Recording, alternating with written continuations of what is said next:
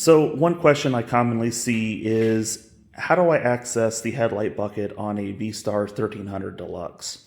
So I decided to make this really quick video just to explain how to do it and go through the steps and show you the tools that are needed. The good news is it doesn't require anything special, just a good set of metric Allen wrenches or hex head wrenches, whatever you want to call them. There's my set right there. The first thing we want to do is we want to remove these screws. There's 12 of them. They go all the way around both wings of the fairing. And then there are two that are behind the GPS unit. So, like I said, a number 3, these are all hand tightened, so they should come out fairly easy. If you lose one, it's not a big deal. Most hardware stores sell replacements. So now that we have the top of the fairing off, you can see that we already have access to the upper bolts, the upper screws, excuse me, that hold the headlight bucket in. If you do not have a light bar, then you should also have access to the lower screws, and you can go ahead and skip this next step. One thing I should have mentioned before I took this off, you don't have to do this, but I recommend leaving the GPS screws for last because you can hold on to the fairing as you loosen it. Otherwise, the fairing might slide forward, fall off, scratch the paint, etc. The other thing is, because of my light bar, I kind of have to squeeze it a little bit to get it to come off properly. Some people might prefer to remove the light bar first.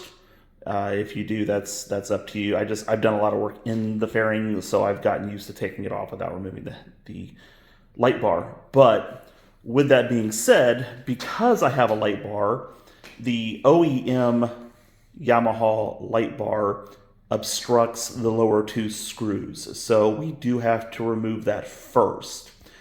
Here's the caveat. This is an OEM light bar. If you have a third-party light bar such as Showchrome or Cobra, you may or may not already have access to the lower screws. You'll need to look carefully.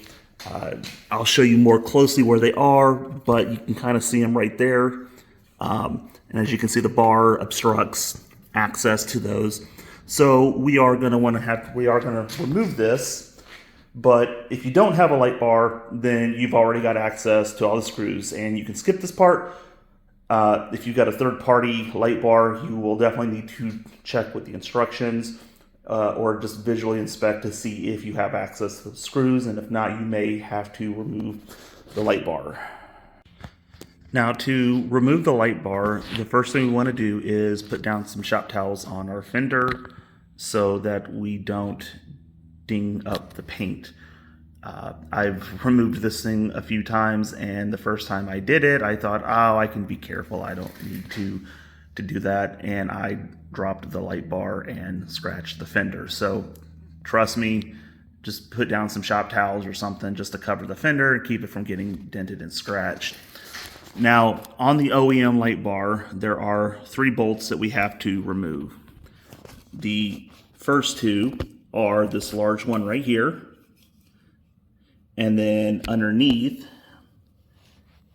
which is not coming in real clear, but you can see it there behind the wire, there is a grounding screw, and that basically just grounds, A, it acts as a mounting bolt, but also B, it grounds the lights to the frame so that they can, turn on. For the large bolts here, we are going to be using a number 5 hex head, and they fit right in there. And then for the grounding screw, we are going to be using a number 4 hex head. So now that we have the light bar not entirely removed, but just unmounted, we can now access the lower screws. Now, again, this is because I have a light bar, but I still don't have great access this way. Let's see if I can make that look better. This way, like this. I mean, I still have some, but it's still kind of annoying. There's a hole here where the bolts go through into the light bar, and you can actually feed your hex head right up through there and right into the spot where you need to go. And the top, oops, and the bottom both use a number 4 Allen wrench, oddly enough, the one I just dropped.